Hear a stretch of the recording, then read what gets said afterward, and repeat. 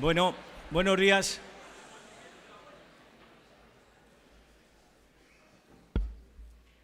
Bueno, lo primero, muchísimas gracias a todos los asistentes. Es una enorme satisfacción y ciertamente emocionante ver esta sala como está hoy. Querida decana, yo creo que vas a morir de éxito hoy con esta sala tan llena que en un par de ocasiones en toda mi vida la he visto así y es una gran satisfacción. Hoy tenemos el honor de tener aquí a un premio Nobel, pero no un premio Nobel cualquiera. Hay también escalas dentro de los premios Nobel y yo creo que tenemos a un premio Nobel muy top.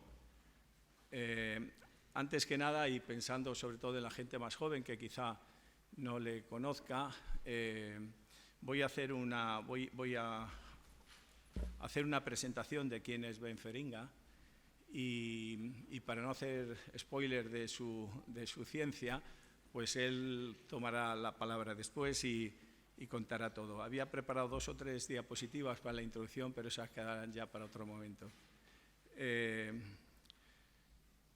So, my dear friend, Ben Feringa, let me tell you, was born in Bergen-op-Zoom in the Netherlands in 1951, where his family owned a farm. He studied at the University of Groningen in the Netherlands, where he received his doctorate in 1978.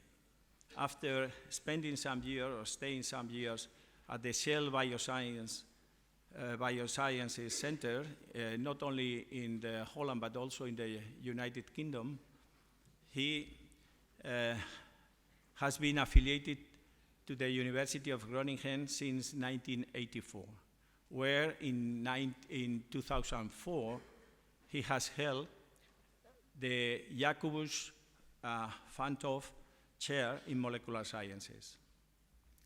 Ben Feringa is a pioneer in the design and synthesis of molecular machines, that is, molecules able to act as nanometer-sized machines.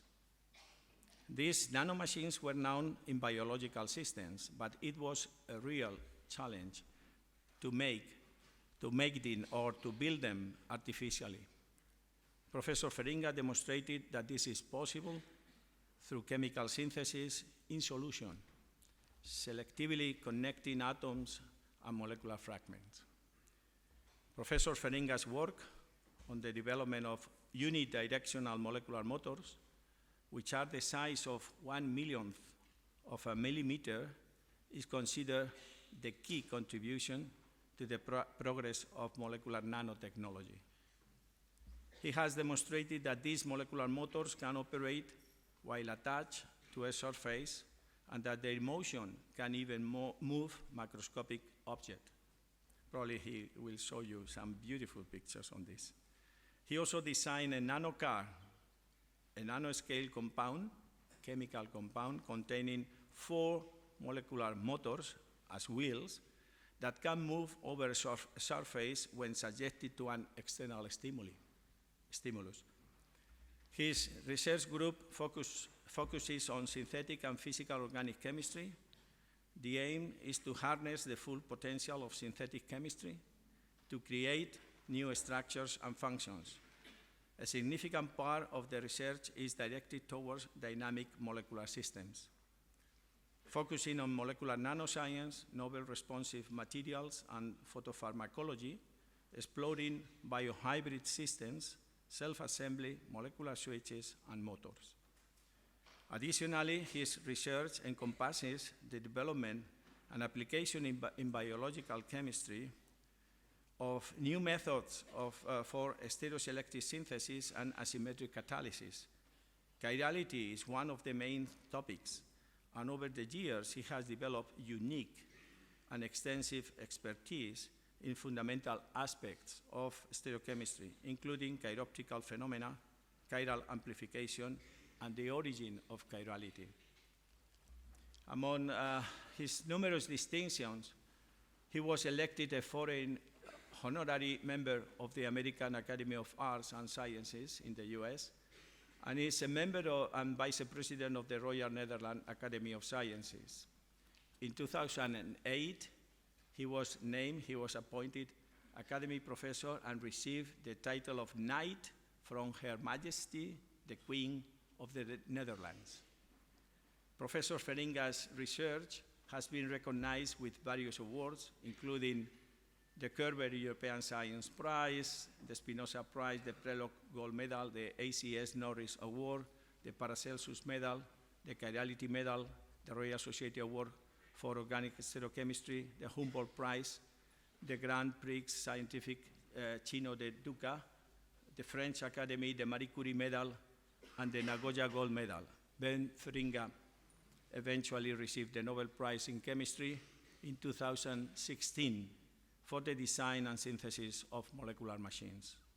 Given the many scientific merits outlined, I have the honor of introducing Professor Ben Feringa to this audience at our Faculty of Chemistry as an exceptional professor and scientist and a magnificent speaker and communicator. Ben, the floor is yours.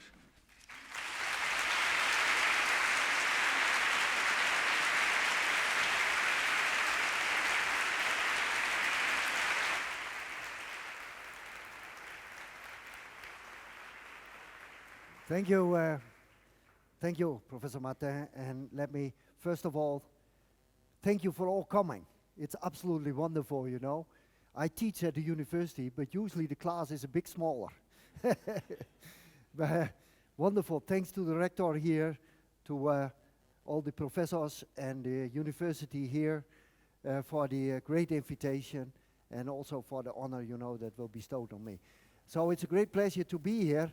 And I was asked to give a lecture, and I asked, you know, is this for chemistry? And then Professor Martin said, yes, this is for chemistry, you know, so you can talk about chemistry. So I will talk about chemistry, yeah?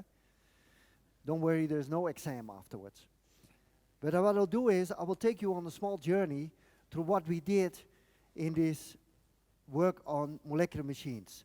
So in the art of building small, I'm a synthetic chemist, and we build molecules and materials, and I will show you different aspects of our program, what we have done in molecular nanoscience, so from molecular switches to motors. But I often get the question, Professor Feringa, why do we need molecular machines? You know, a similar question was asked to the Wright brothers.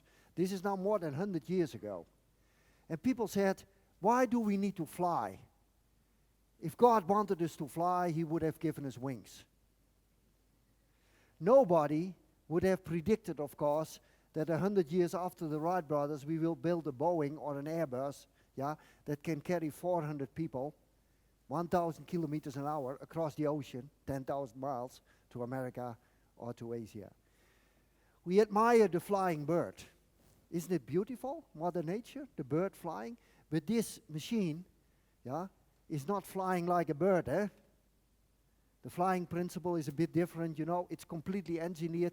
It's one of the highlights, I think, of modern society. 3.5 million artificial parts, all connected, you know, and make it possible. Now, once again, I admire the flying bird, but try to carry 400 people, yeah, 1,000 kilometers an hour across the ocean with a pigeon. You will fail, eh? But we should also be very modest, because 100 years after the Wright brother, we can build these fantastic machines, but we cannot build a pigeon. And we know biology and biochemistry is very important here. My friends in biology tell me we cannot build a single cell of the pigeon. We cannot build one of the machineries of the cell of the pigeon, you know, although we can modify DNA, of course, and proteins. So we should be humble. There's a lot to be discovered and to be done.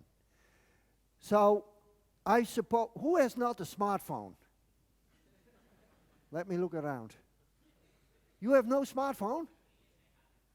Oh, you have it. You should not raise your hand. I was asking who has not a smartphone. So everybody, can you imagine these phones? These smartphones are only around us 17 years, eh? I think we all agree that they changed the world completely, the way we communicate, you know, etc. But realize what fundamental scientific questions, novel insights and discoveries had to be made. It was in the late 40s and early 50s of the past century that the physics and chemistry made the first transistors and the first liquid crystal displays, you know, the materials for the displays. And then, of course, it was in John Goodenough in the 80s, together with his friends from Japan, who discovered the lithium battery, the principle. Without these lithium batteries, there would not be smartphones, there would not be electric cars today. This is only 40 years ago. So these fundamental discoveries, you know, from those days, 70 years ago or so, made it possible that 50 years later we could introduce a smartphone, electric car, and realize nobody knew that we ever would have a smartphone, because people sometimes question about why do you do this kind of fundamental research at the universities with your students? You see, it completely changed the world. The word smartphone did not exist. IBM was just building the first computer in the early 50s, which filled this whole room and could do way less than your smartphone. So it was the physics, the chemistry, engineers, computer scientists, etc. This also emphasizes that we have to cooperate together, you know. This interdisciplinary research nowadays is extremely important, you know, to move forward from fundamental science to real practical applications. So the path to the future is the path in the world of science and knowledge is about questions. Which questions are we going to ask to Mother Nature? Which questions are you going to ask to your teacher, to your professor? Yes, the most important thing at universities is asking questions, you know. And the joy of discovery means this path to the future, this beautiful garden of knowledge, discoveries, science. And serendipity plays a key role. Serendipity means that you accidentally discover something. So as a student, don't be afraid to make a mistake, because you might do a marvelous discovery. Now, often it's wrong, of course, but sometimes it's fantastic. You make a great discovery. And often, you know, we get lost.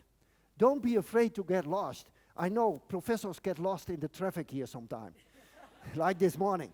Don't worry, because getting lost, you know, in science you get to questions and areas in this beautiful garden of knowledge where you might find the most beautiful solutions that we have never thought about.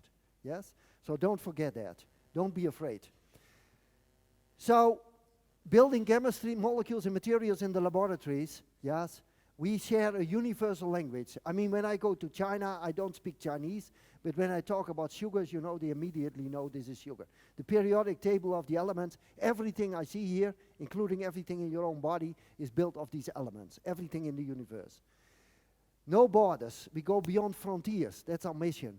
We have international cooperation and we have a passion for discovery, and that's what we share.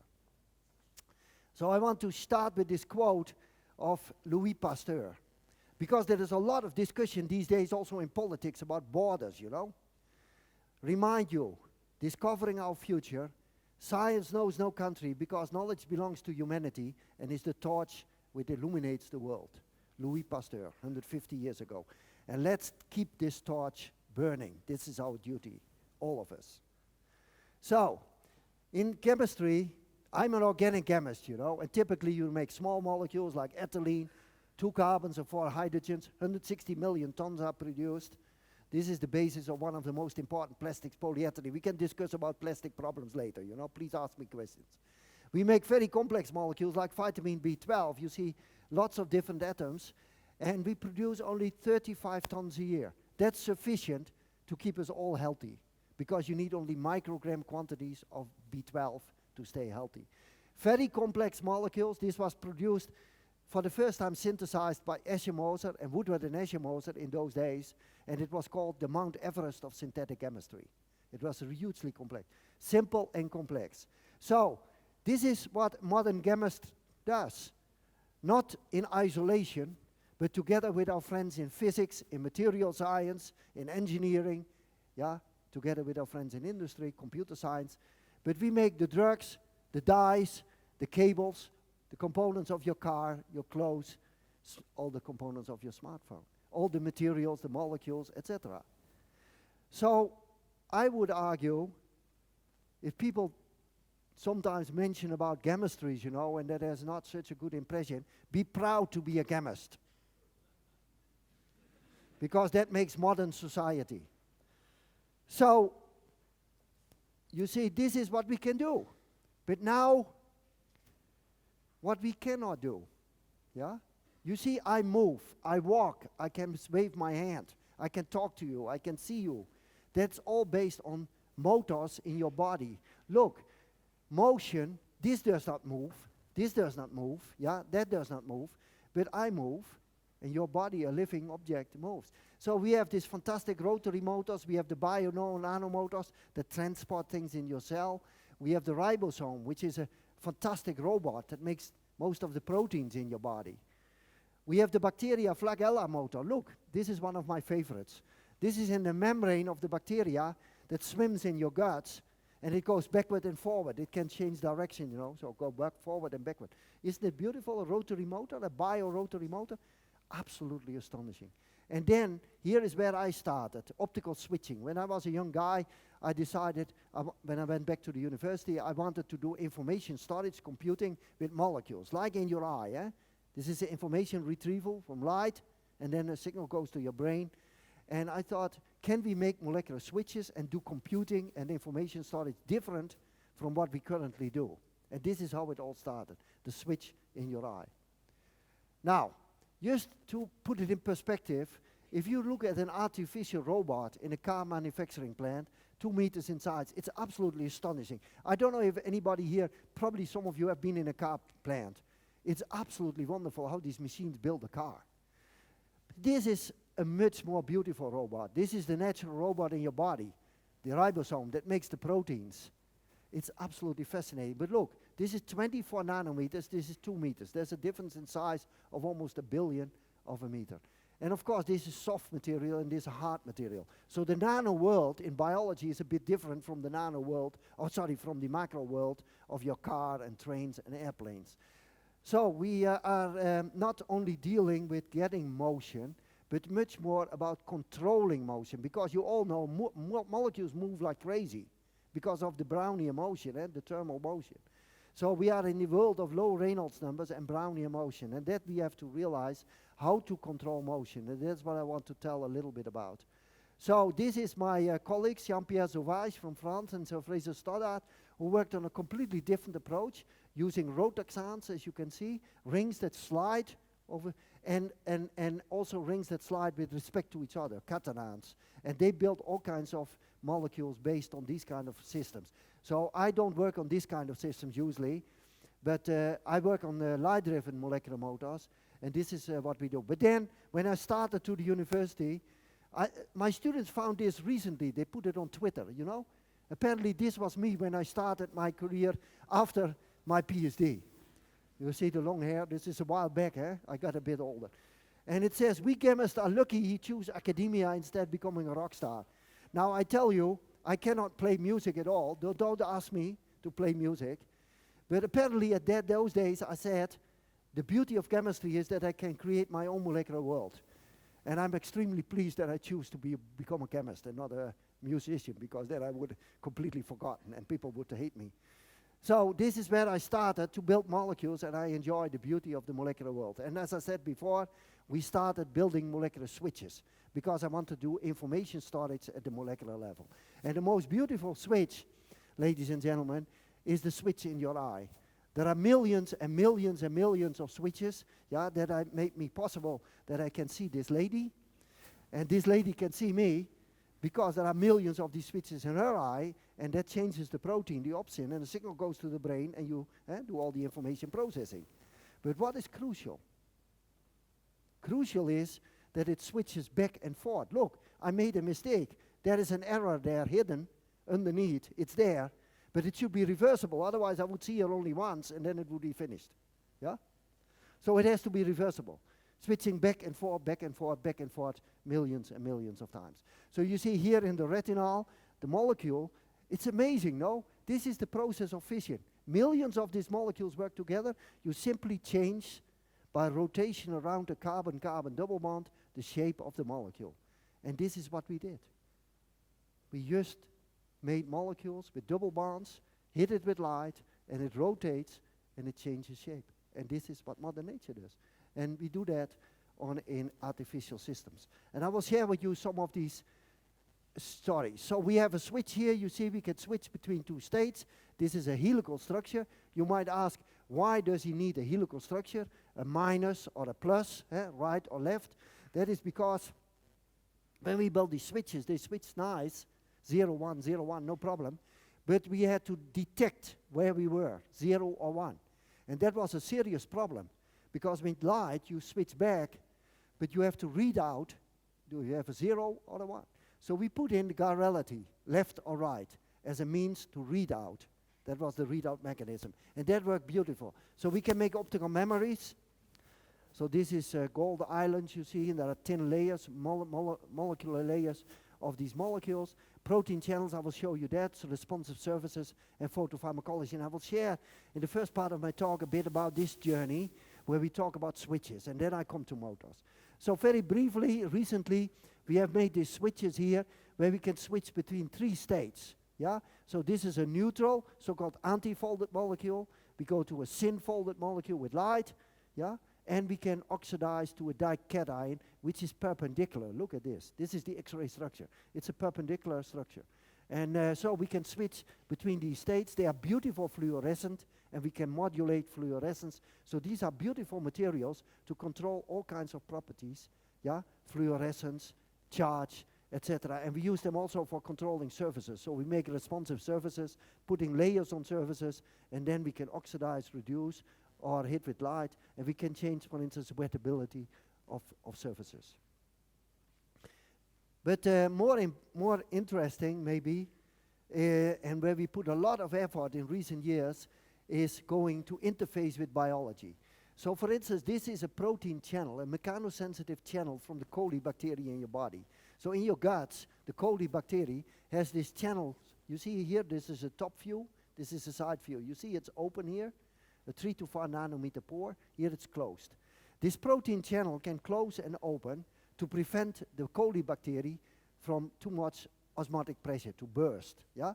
And we thought, wouldn't it be cool if we could engineer a switch in here and we can control it with light, because then we have a valve that we can open and close with light. And that works beautiful. And I will show you what we do. We engineered by genomic engineering, yeah, modifying the DNA. We express cysteines, these blue dots. We can hook up a spiropyrin switch. This is a typical light switch that you can make in the laboratory. And we switch from this state to that state. And then we put this modified protein in a huge vesicle, like an artificial cell. We load it up, with instance, with a drug. And you can see we can irradiate. It opens the 3 to 4 nanometer pore. Small molecules get out. So why do we do this? Here we take from Mother Nature, yeah, simply from the coli bacteria in your body. We engineer it via modern biochemical tools. We put in a synthetic light switch. We can open a nanopore, yeah, and we can make a capsule, and we can put in a drug, a pharmaceutical, and we on demand can open it and say, wow, we deliver a drug on demand. We use it also for self-healing materials, because if you have monomers and so, and you open it, yeah, material might heal themselves. Recently, and I wanted to share you, don't look at all the complicated things here, but recently we took a frag protein. This is very recent results. Frag protein from a spider. These are toxic proteins. And we put this protein, we put a switch there, an azobenzene in this case, and now, believe it or not, when we switch between the 2 states, the protein starts to assemble a pore into the membrane, and we can drill a hole in a tumor cell. So we can drill a hole in a tumor cell, in a cancer cell, and it forms a single nanopore. And my friends in biophysics are really excited because we can control a single nanopore formation in a cell. So we are working on this with some students. But what I want to share with you a little bit more extensive is our program on pharmacology, photopharmacology. So we have a program together with the people in the pharmacy department, in the medical school, with the doctors, on smart drugs. Now, when you go to a doctor and you need a drug, a pill, you take something, you want to have something that's active, no? That does something, otherwise you don't like your doctor anymore. But we want to have something that is not active and we can switch on with a flash of light. And the whole idea is, you see, high precision therapy. We want to precisely irradiate here, maybe with a laser or with other light source, and then activate exactly on the spot. That's our dream, high precision therapy. And there are now dozens of people in the world working on this topic, you know, since we have become there. So, we all survived the COVID, hopefully. But you see there is another big problem. Like the World Health Organization says, bacterial resistance, one of humanity's ticking time bombs. We use too many bacteria and, antibiotics, and antibiotic resistance is a big problem. Think about TBC and so. Cancer treatment. You all know that when you get chemotherapy, I hope you don't get chemotherapy, but when you get it, you get all these nasty side effects. So, once again, the dream is to activate precisely on the spot. If you have a tiny tumor that the surgeon cannot remove, but we can detect it by modern imaging techniques, can you activate it on the spot? And then write, more or less, your chemotherapy.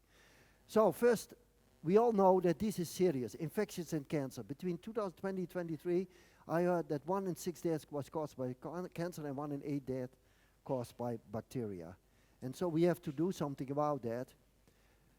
So we took, for instance, Cipro, which is a wide spectrum antibiotic that you get in the clinic when you go to the doctor, and we put on an azobenzene. So we removed this heterocyclic group, put an azobenzene, and we could switch between the two states. This is off, 0, this is on. Sometimes you need a little bit of luck when you are a scientist. And I think here we were lucky that this was off and this was on. Yeah, because that's what you want. With a flash of light, you will switch it on. You look what my students did. They grow bacteria, typically like everybody does in the laboratory, in a Petri disk.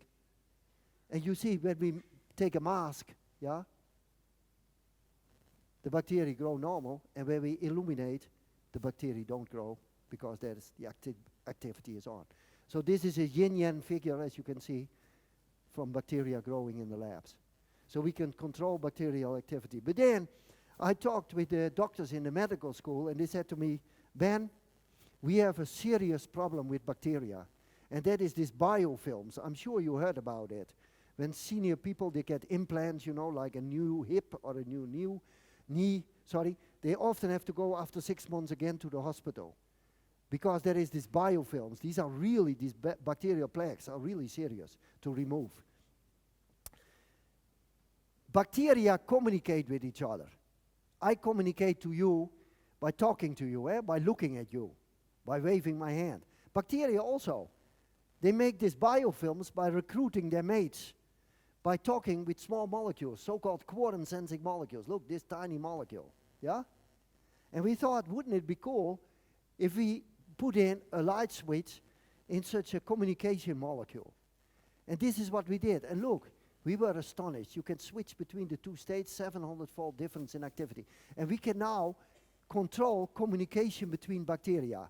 This is all done in the laboratory, cells, not in the clinic yet. But we will get there. So we can now communicate between bacteria, just putting in a light switch and activate with light. But now the real problem. You might say, look, this light, is that not dangerous? Because I'm from the Netherlands, and we enjoy to go to Spain. Yeah, lots of my country people go to Mallorca and to the south of Spain, and they lie in the sun. But then everybody says, be careful, because the sun is strong in Spain, and you have to protect yourself, because with this UV light, it will be very dangerous. So you don't want to use UV light, because it kills your cells. So use red light. And of course, also red light has deep penetration. You know, red light goes straight through your finger. So this is what we have to do. We have to go to this therapeutic window, 650 to 900 nanometers. And meanwhile, several groups around the world, including ours, we have built these switches where you can tune the wavelengths. This is typically what chemists do. This is the beauty of chemistry. You can control the wavelength and shift all the way through the spectrum by changing the architecture, the electronic properties of your molecules. I think that's one of the beauties of chemistries. And so we introduced a new method. I show one synthetic slide, you forgive me. Look, we take a diazonium compound, a lithium compound, we directly couple to it, and we make this very hindered azobenzenes. And you see, 4 methoxys, 4 fluorous. We can introduce these substituents and twist the chromophore a little bit, and that shifts the wavelength towards the red. So we have now, my students developed a very good method to make this kind of azobenzene switches that we can use. And we have now antibiotics. Look, here is an example, an antibiotic that we can switch with 650. And meanwhile, we are at 750 or close to 800 nanometer. And really, we have been switching even with 900 nanometer red light, infrared light. So we really get there, yeah. And you see, we were really pleased that nature also recognized our early attempt, drug delivery with the flip of a light switch. So we are working on these switches, but I want to show you one tiny other story where we are very excited about. And that is the circadian clock. Now, everybody who travels sometimes with the plane, goes across the ocean, knows that he has problems with his circadian rhythm, the jet lag. Okay? But realize your body, every cell has a circadian clock. And this is really crucial for all kinds of functions. You see here, 2 o'clock, the deeper sleep, yeah? 6:45, quarter to 7, sharpest rise in blood pressure. Yeah, and so there are many, many, many functions. 10 o'clock, highest alertness. That was half an hour ago, yeah? Your body regulation by the circadian clock is absolutely fantastic, and it's in every cell of your body. It's not only the jet lag. So it's a very important, for treating diseases, etc. Many, many things. It's a very complicated system I don't want to discuss. But we were intrigued by, can we lengthen or shorten, the circadian rhythm in the cell? Just by light, because it's all regulated by light, eh?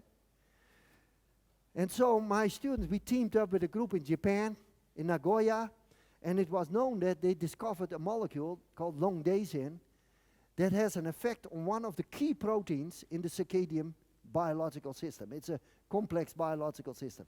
And so we put in a light switch. You see here, tetrafluoro. We took advantage of our new synthetic method that I just mentioned, that we could make this very hindered azobenzenes.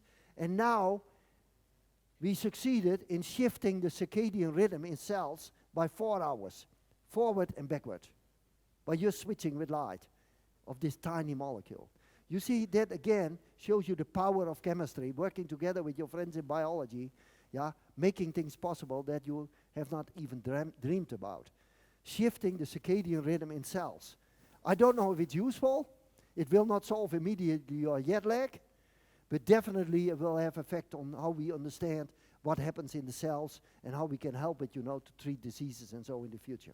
So this was a very tough story, I tell you. I sent my students to Japan for several months to do together with them, to do the experiments and so, but at the end it worked out.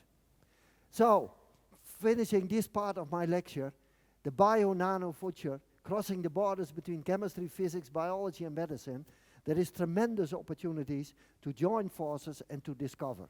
Yeah? And many, many of you here, of the young stars, will be engaged in this field, I'm sure. So, smart medicine, I told you.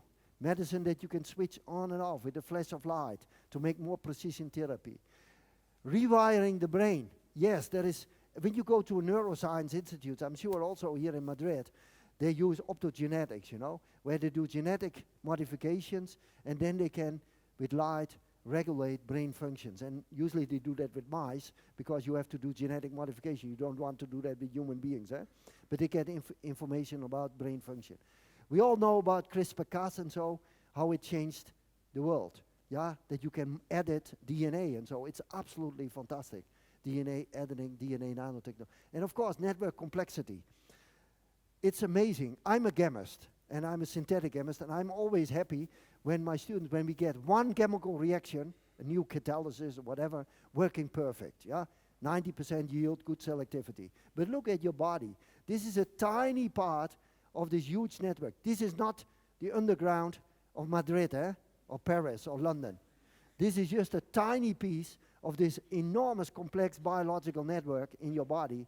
And if we can switch on and off some of these pathways, we will learn a lot about how our cells function, how biology functions. So this is another important goal. So now I come to molecular motors.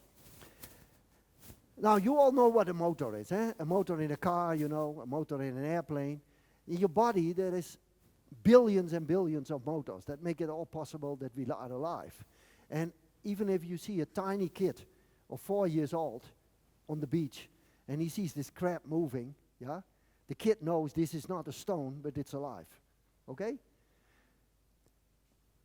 The molecular motors in your body that push the things out of equilibrium.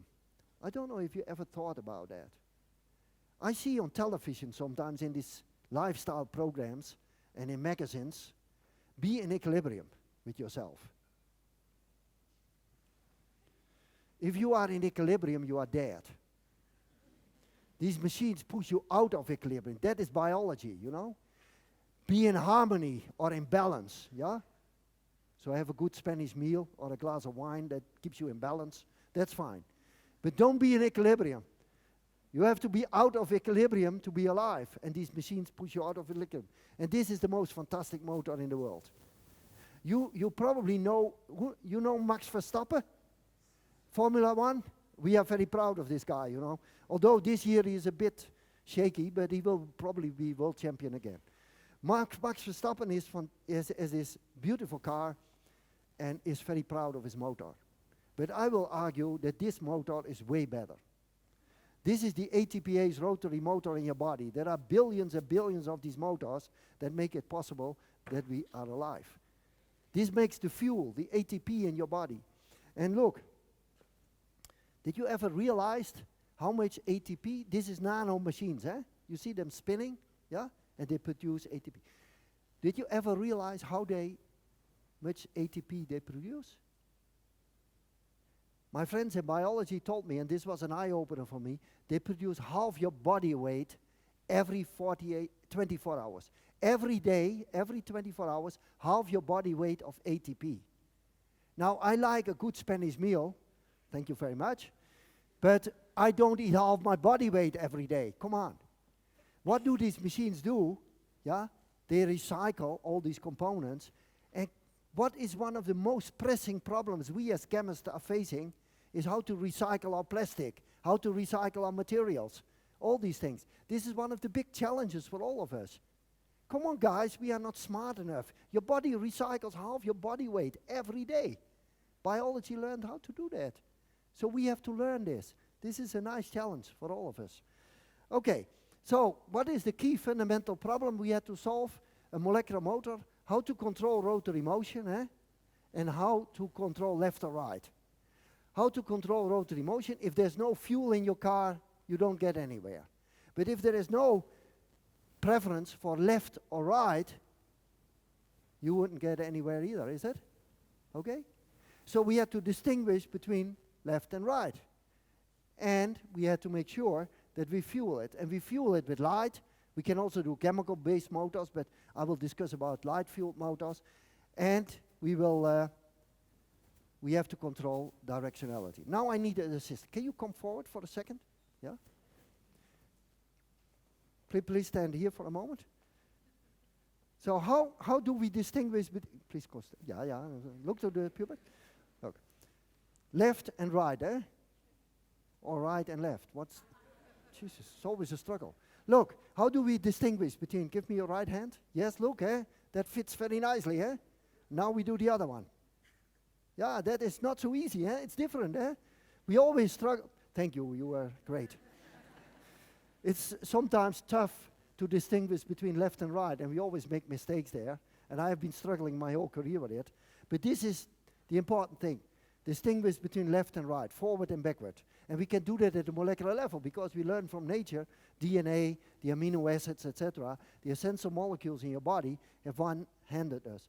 So it was called the Mona Lisa of modern science by nature several years ago, the DNA right-handed helix. And I think we all can agree on that. Chirality, yeah, stereochemistry is beautiful. So yes, we built the tiniest motor in this world, and it reminds you of the switches that I showed earlier.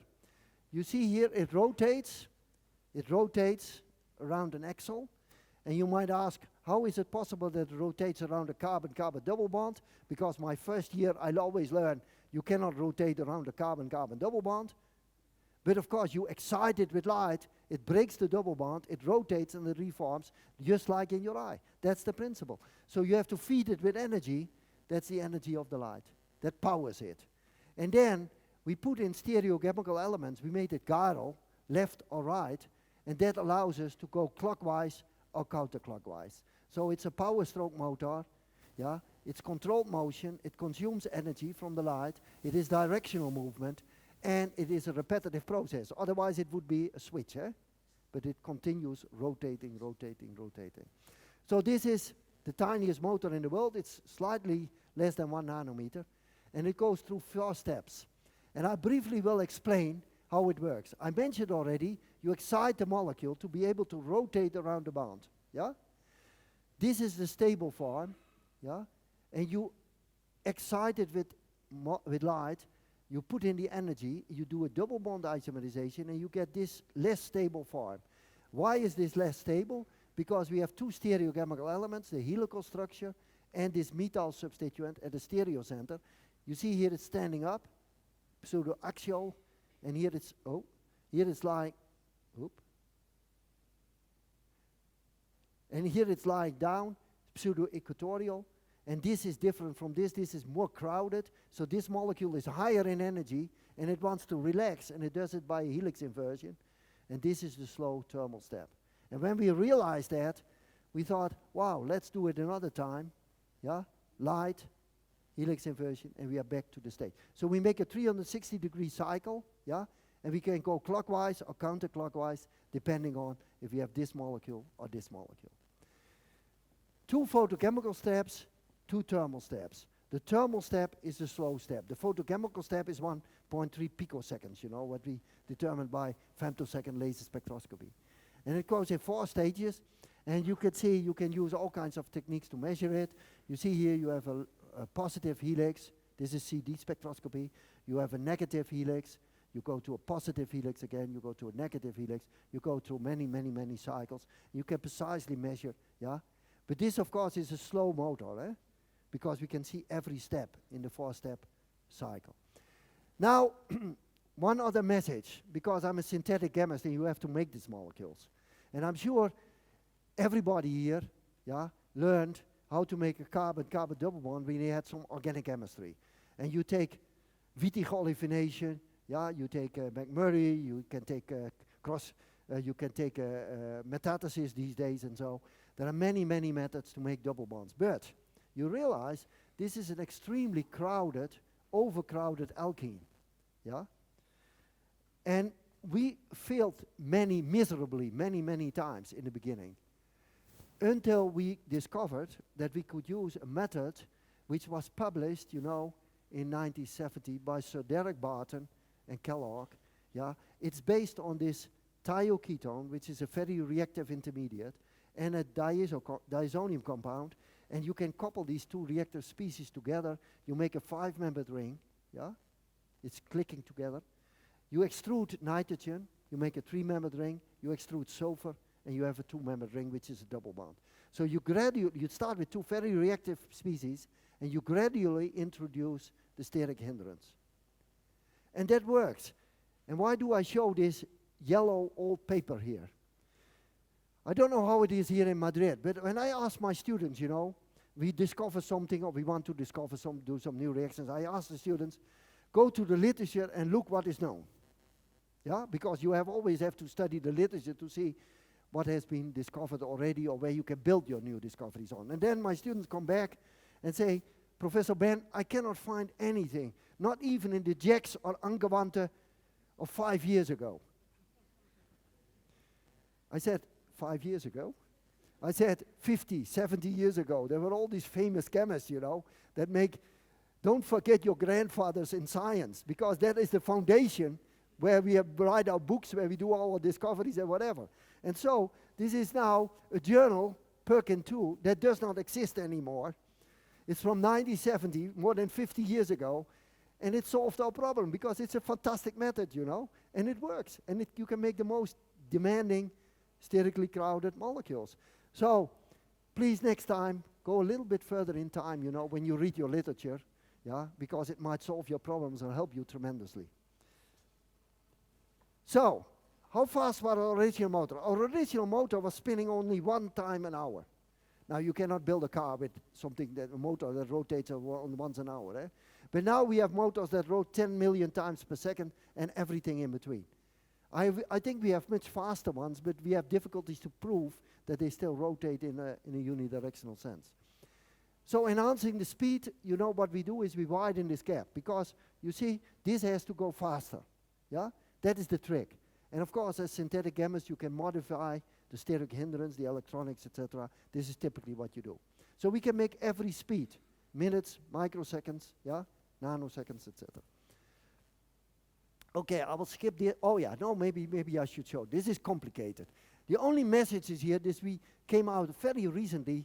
We put in these original motors now different substituents, and we discovered with an aldehyde group, yeah, believe it or not, we don't understand yet. This is still a mystery. If somebody has great ideas, please come to me after the lecture.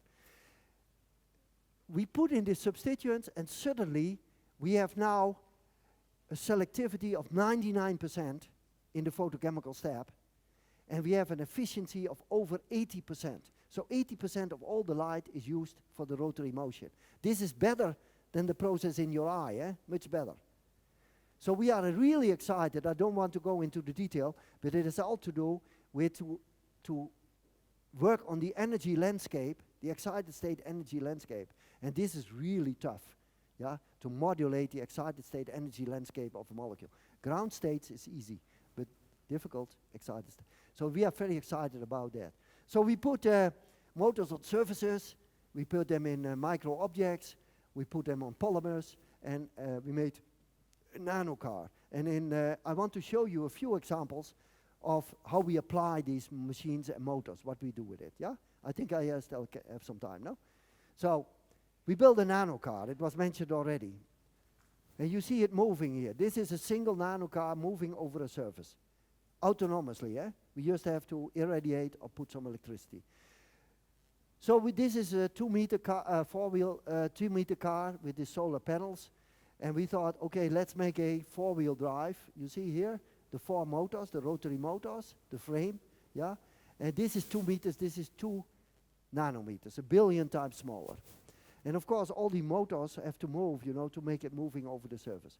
So it took us 8 years to build it, but finally we could prove that it moves over the surface.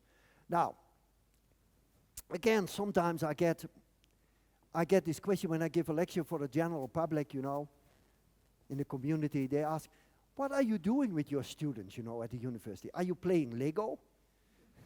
I said, yeah, we play a lot. But, you know, we solve a fundamental problem. How to go from rotation to translation, yeah? How to move forward when you have a rotate, like a real car. And this is the solution. Of course, this is very fundamental, very primitive, yeah? Don't ask me what we can use our cars for, but it's fun. We also used these motors to transmit. That is, you know all now what a liquid crystal is, in your display and so. These are these rod-like molecules. They are organized like beams in a river. And when you dope them with something that is chiral, yeah, left or right, you get this helical organization. You see here, the helical organization. And that makes a color pixel. So when you see a blue color or a red color in your display, yeah, it is due to the helical organization. And the Bragg reflection of the light here, so the Bragg reflection of the light is depending on the helix. If you have a short helix, it's blue light. If you have a long helix, it's red light. So you can control color pixels, yeah, in the liquid crystal display. And normally it's done by electricity. But what we do is we took a tiny amount of motor, and when we rotate this motor, yeah, you change the chirality at the molecular level, and it starts to change the helical organization. And look, we can make color pixels in 1 minute, every color of the rainbow. But then, the eureka moment in my career. My students came to me, I will never forget. This was on a Tuesday, 5:15 in the afternoon, and they said, you have to come to the lab, we want to show you an experiment. And what they had done is this. Look, they put a thin film of this liquid crystal material, so the material that's in your smartphone, and the soft material. And they put the motor in. The motor is so small you don't see it, of course, and it's only a tiny amount. You see, this is the structure. It looks like almost like waves on the sea, eh? This is this soft liquid crystal material. And they put a glass rod there, yeah? And then I didn't do anything. I was just standing there, and they switched on the light, like I do now. And this has happened. So, the whole surface started to move. The color started to change. All the textures, the surface texture started to change. And this glass rod started to rotate clockwise. We can rotate it clockwise, we can rotate it counterclockwise. I tell you, ladies and gentlemen, I could not speak for 5 minutes. I was completely flabbergasted. This was a eureka moment. I saw with my naked eye that with these tiny molecular motors that you cannot see, of course, because they are only 1 billion of a meter, that you could make a glass rod moving in one direction, and that you can change the whole surface. So we have responsive surfaces, yeah. You have this, and this is all autonomous movement. I don't touch it. So you see, it winds and it unwinds, and I think that is what is happening at the. So we go from the molecular level to the mesoscopic, supramolecular, and then to the macro level. Yeah. But now I want to show you some of our most recent results because we are very excited. Look, we take these compounds now. Don't look at all these structures. We put them in liquid crystal polymers, plastic. Yeah. And so we can make now a muscle that can bend, you see? We can make a muscle that can twist, right-handed and left-handed, and we can walk. We have now a piece of plastic that walks over the table. When you, I don't know how many plastic bags you have in your kitchen that walk over the table. But we have a piece of plastic now, this liquid crystal polymer, and when we switch on the light, it starts moving towards the light, it starts walking. And the beauty of chemistry is that you can control chirality, look, right-handed, left-handed, and you can make very complex movement. Look at this, outward, inward movement. This is what we do now. And this is a stepping stone for us towards soft robotics, so to make muscles and soft robotics, etc. And my students made a tiny movie, how this works, and I want to share it with you. So you see, you have this motor, and this motor has 2 connection points. It's like a cross-linker in a polymer, eh? I'm sure you all know what a cross-linker in a polymer is, eh? You bind the long fibers together. And so this motor, you see, binds these fibers together. These are the liquid crystal units. And you can contract, expand, and that is basically what it does under the influence of light. So you amplify the energy of the light, and then you get a muscle that you can bend and can pick up things, etc. And this is where we stand now. And you can see we go all the way from, let's see, from the molecule. Here is the molecule that you design. Then you put it in these liquid crystal plastics, and then you can bend and make a real artificial muscle. And so, 2 other studies, and that is one about 2D confinement, and the other about 3D confinement. Because when I talk with my friends in physics, they always said, oh, we like devices, we like things on surfaces, you know? Can you assemble things on surfaces? So I went with them to make things in the clean room, and what we did is we assembled on surfaces. You see, we put legs there, yeah? This is the stator, this is the rotor, and it rotates, and we can make them rotating on the surface, like a monolayer. So we have a monolayer, and it rotates all in the same direction. So here you see some other example with a tripod, and we can rotate a little bit different. This is exposed now away from the surface and towards the surface. You can change wettability, surface thickness. There are all kinds of opportunities to make responsive surfaces. Yeah? And I don't want to go into the detail, but you believe me that I say we like windmills. By the way, we make nano-windmills. You see here 2 legs, the stator, the rotor. This is what we do, and we assemble them on all kinds of surfaces. When our country, Holland, was still part of Spain, the Spanish Empire, my ancestors built these windmills 500 years ago, eh? Okay? And you can still see them, eh? And when you come in the right time of the year, you can also see the nice colors. We like colors a lot, you know that now. But nowadays we have, of course, also the modern windmills. But coming from the Netherlands, you know, we wanted to build a windmill, and this is what we did. We built ultimately this windmill park. So this is what our ancestors did, 20 meters high. This is 2 nanometers, 1 billion times smaller. And all these tiny windmills, they are not moving by wind, but by sunlight. They move all in the same direction, yeah? So we make responsive surfaces, etc. And coming back to this question about building Lego with your students, Why are we doing this? Building a tiny windmill is nice, but what's good for? Now, when you have a responsive surface, you can think about, and this is what we actually do now, making glass with a coating that cleans itself. You don't have to wash your windows anymore in the future. Or solar panels. It's not a problem in the Netherlands because where I live, there rains a lot, so solar panels usually are cleaned. But here in the south of Spain, you have to clean them because otherwise the efficiency goes down because there's a lot of dust. Cars. I predict 25, 30 years from now, you will have coatings on your cars that clean themselves. I've seen already examples where the dust goes off. And then self-healing materials. When I have a scratch in my finger and I keep it clean, you don't have to do anything. It heals itself. But when you have a scratch on your car, you might be not so happy because you have to go to the garage to repair it. Or when you have a piece of plastic and you cut it, it doesn't repair itself. But in the future, we will have all these self-repair opportunities because of the dynamic functions. So this is a bit towards the future. And what we did is, for instance, just a recent example, we put on these motors, these propellers on surfaces, we put stem cells because I wanted to make again a link to biology because I think there's a lot of opportunity. And you know, stem cells, they differentiate because they are very sensitive to force, piconewton forces. And so when we rotate these motors on the surface, the stem cells start to differentiate.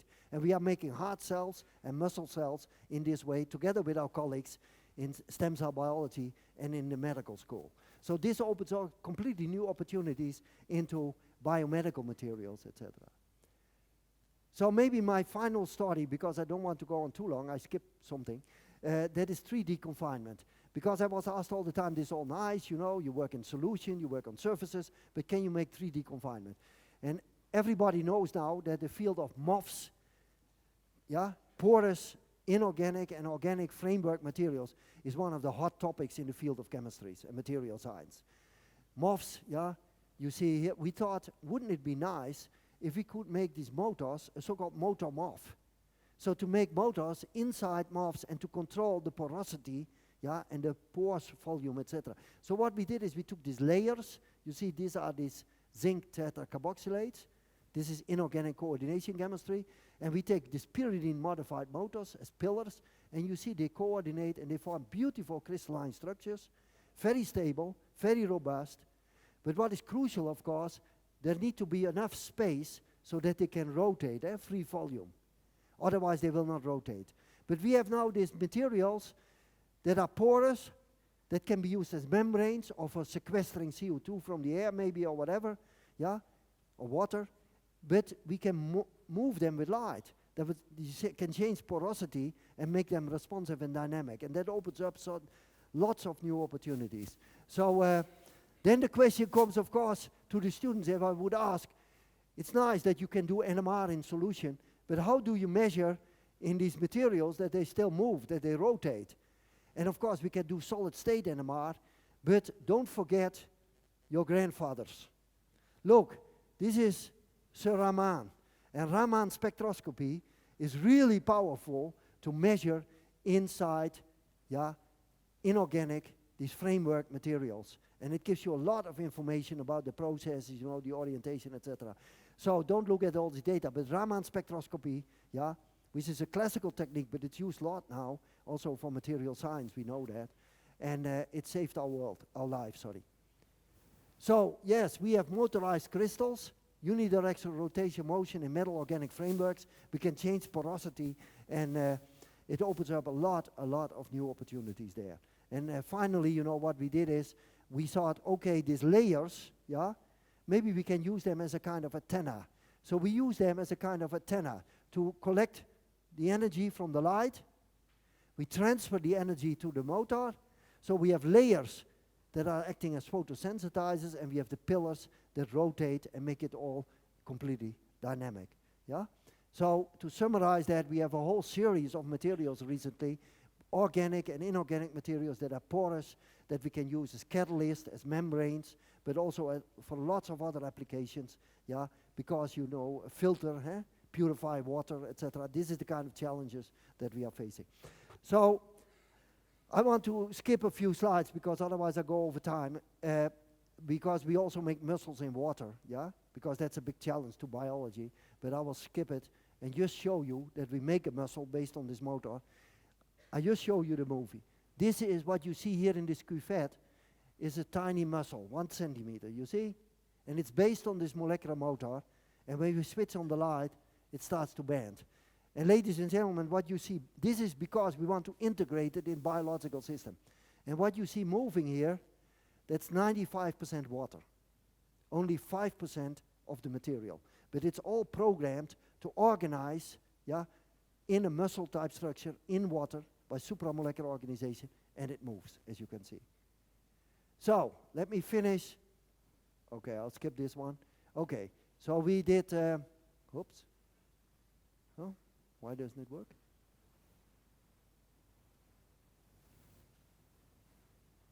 Okay, everything you see moving here, from rotation to translation, to rotation, bending, etc., all is autonomous. I don't touch it. So we have these tiny spiders that move, we have the bending, we have this nano car, particles, this rod I showed you. These are different designs. Several of them are photochemical driven, others are chemical driven. Yeah, this one, for instance, here, yeah, and this one, this is driven by sugar as a fuel. So we do enzyme catalysis and we drive it with sugar. These are carbon nanotubes.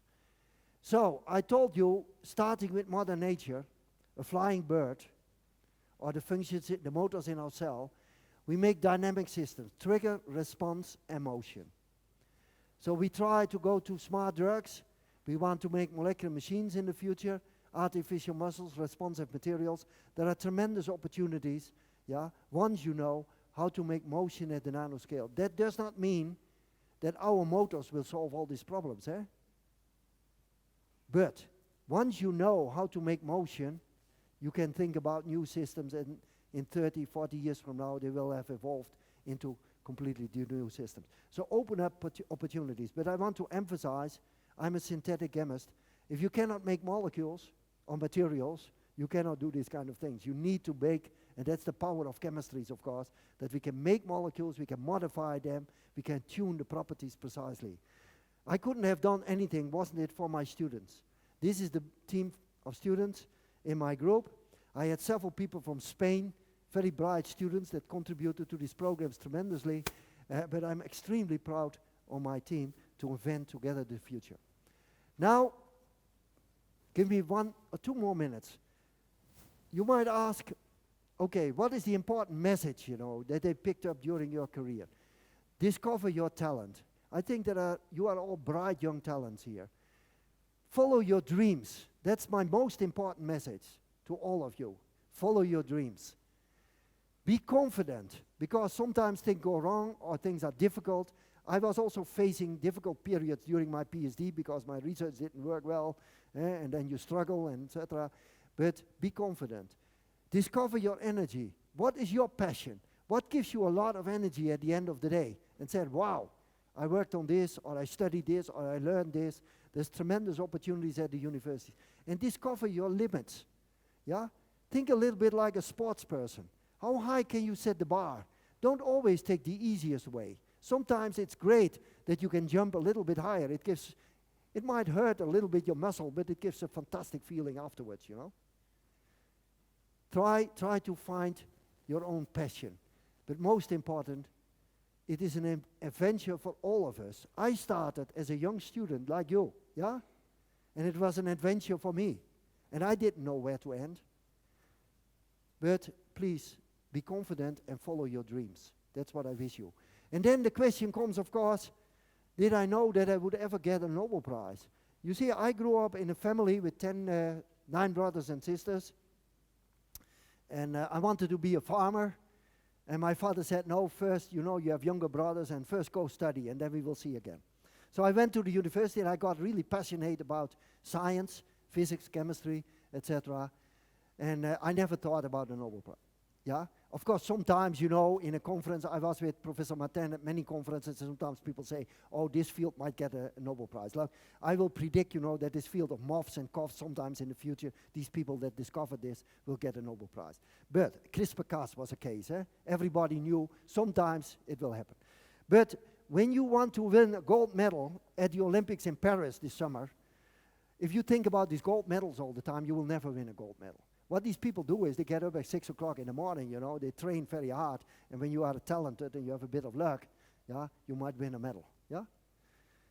But then I got a call from the United States, from a colleague from the University of Illinois, and that was in 2011, and that was the week before the announcement of the Nobel Prizes. That Nobel Prize announcement is always the first week of October, eh?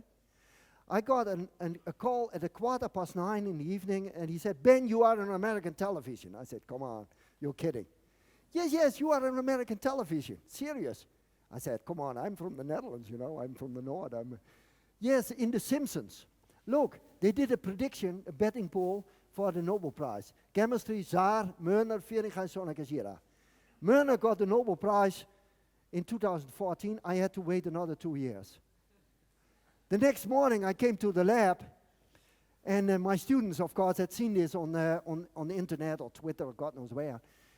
And they said, "Professor, you will get the Nobel Prize, predicted by The Simpsons." So I said to them, look guys,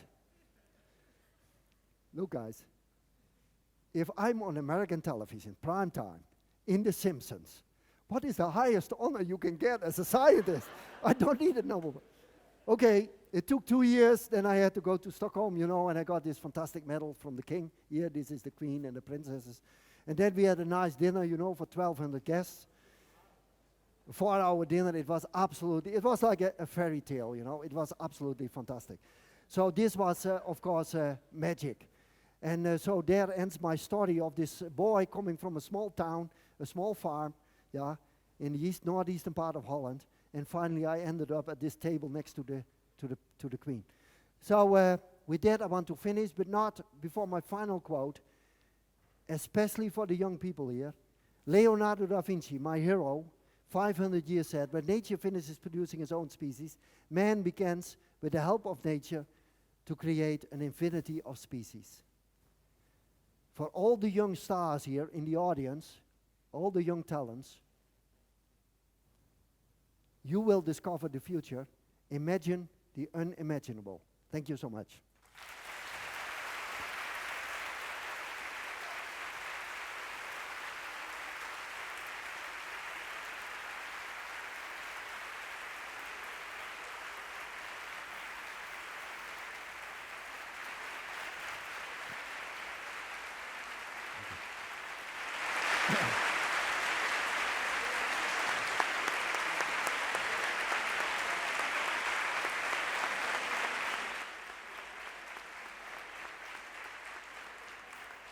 Thank you.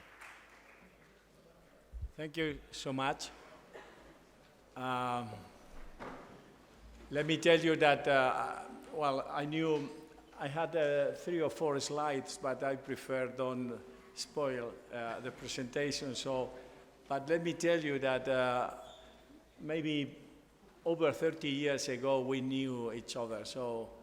And I had the opportunity of 2 weeks before receiving the Nobel Prize, there was a UCM's meeting in Sevilla, and we were together during all the meeting, attending the lectures, a coffee, beer as well. And then he received the Nobel Prize 2 weeks later.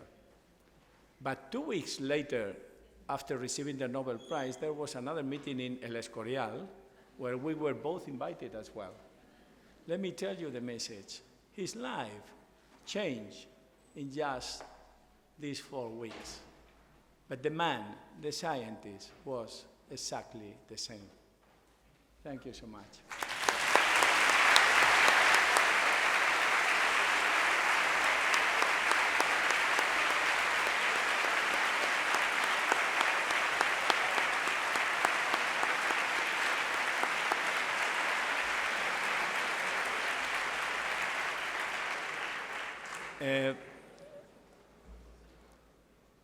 He likes to say that students should ask questions. My life was always ask questions, particularly when I was a student. I was a nasty student from this viewpoint for professors, you know. So don't miss this opportunity, particularly young people. If you want to be famous for the rest of your life, stand your hand and ask a question. So we will have just a few minutes, maybe 5-10 minutes. But is there a question, please? Wait for a moment.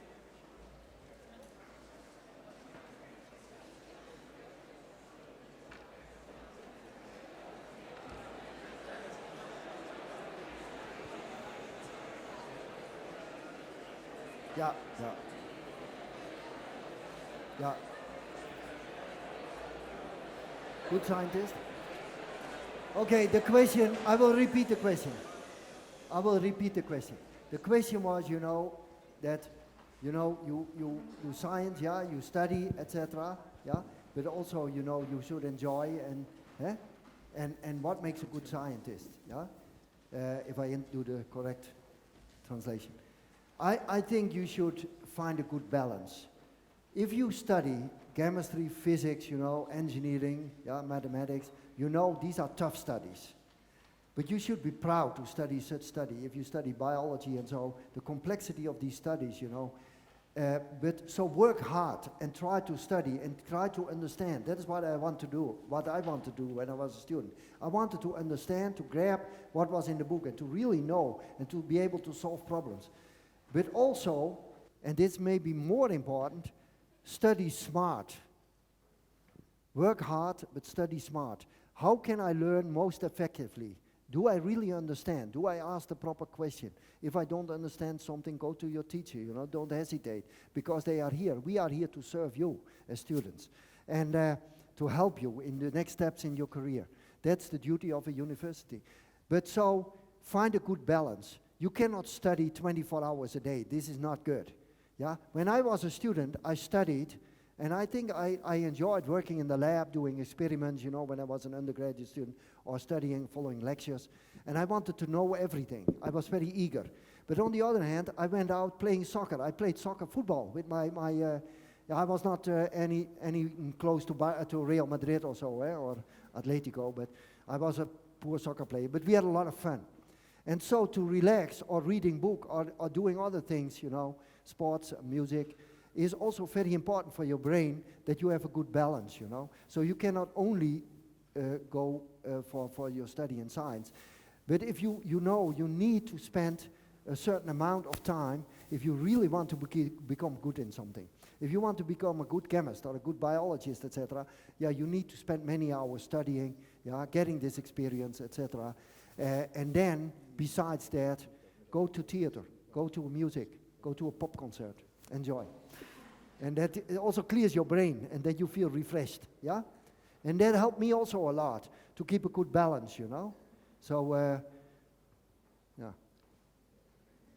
Second and last question. Oh, yeah, sorry. Here. Wait a moment, please. Microphone. Hi, thank you for the presentation. I have a question regarding the molecular machinery application in real life devices. Yeah. So at some point you mentioned in the first part with the light switches that you were in lab scale, I think it was with the bacterial controlling, and that it will take time, but it will eventually go to real applications, clinics. And my question is related with what's hindering this going toward real life applications? It's more like a problem of developing scalability and technology integration in devices, or it's there's lack of fundamental knowledge? Yeah.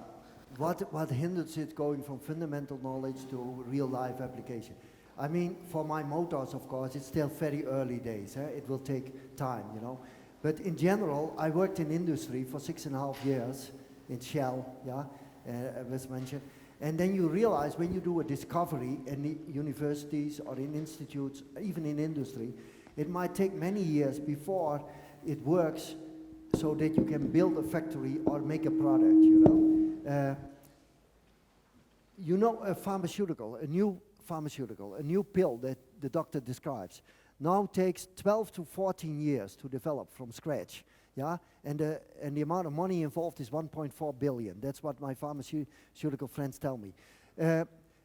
Going to a real life application, if you want to make a coating, you know, for your car, before Audi or Volkswagen or whatever company changes their coatings and say, oh, this coating of the Feringa group is fantastic, yeah? It should be stable, it should be robust, it should stay there for years, and it should do its job.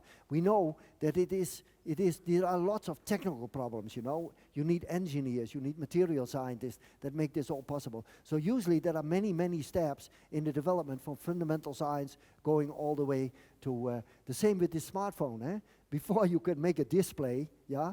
I mean, the fundamental discoveries to make a real display that everybody has now, or these big flat screens, yeah, in your home, it takes several decades. So this is typically, you know, the process of getting all these different parameters right. And before a company invests $1 billion to build a new factory, you better have it all right. Otherwise, you know, they don't like you anymore.